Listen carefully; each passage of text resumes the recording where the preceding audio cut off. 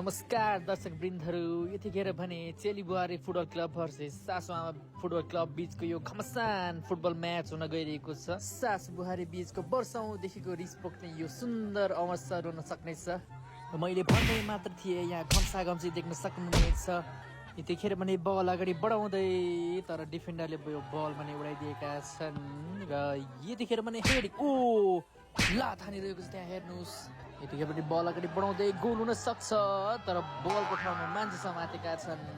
यता भने घम्सा घम्सी भइरहेको छ तर यता भने भरे बेलुका के ट्युन पकाउने भन्ने सल्लाह भइरहेको छ। सासु आमाको ह्यान्डबल भएसँगै यहाँ बुहारीले पेनाल्टी पाएको छ र पेनाल्टीको लागि जसन भाइ 11 का खेलाडी यहाँ पुत्र दौडेर आएका छन् कि गोल गर्न सक्नेछन्। उनले दौडेर त आए तर यतिखेर भने जर्सी नम्बर 10 का खेलाडी या पेनाल्टी किकको लागि लुङ्गी उचाल्दै र यो गोल हामी देख्न सक्छौँ र सेलिब्रेसन ओ माई गड 5 फन्को लगाएर नाचेका छन्। यतिखेर भने यो free kick oh my god अलि फितलो भयो र फितिर गर्दै छन्डै बलसँग उडाइदिए। भाउजूको थ्रो इन यो नन्दको लागि तर नन्दले त्यो बल भने भेटाउन सकेनन्। यो बल अगाडि हान्दै कि यो मौका रहन सक्छ।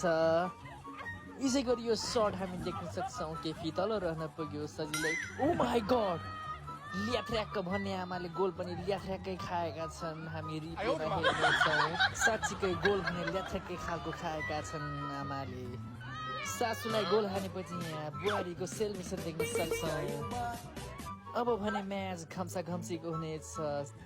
चेली बुहारी एफसीले 2 गोल गरिसकेको छ भने सासु आमा एफसी यहाँ रिसाएर चुर भइरहेका छन्। अब भने यो केही भाइटल म्याच हुनेछ, हामी त्यहाँ देख्न सक्छौँ। धक्कामुक्की ओ माई गड बल उडाएको हेर्नुहोस् यहाँ। अब भने यो सानो नानीको पालो गोल हान्नको लागि 2 जना अगाडि बढेका छन् र के यो गोल हुनेछ। यो पित्ता खालको सर्ट सेभ गरेका छन् र ह्यान्डबल हामी हेर्न सक्छौँ। यसै गरी बुहारीहरूले सासु आमासँगको वर्षौंको रिस भने यो पोखिसकेका छन् र सासु आमाहरू भने हेरेको हेरै भए।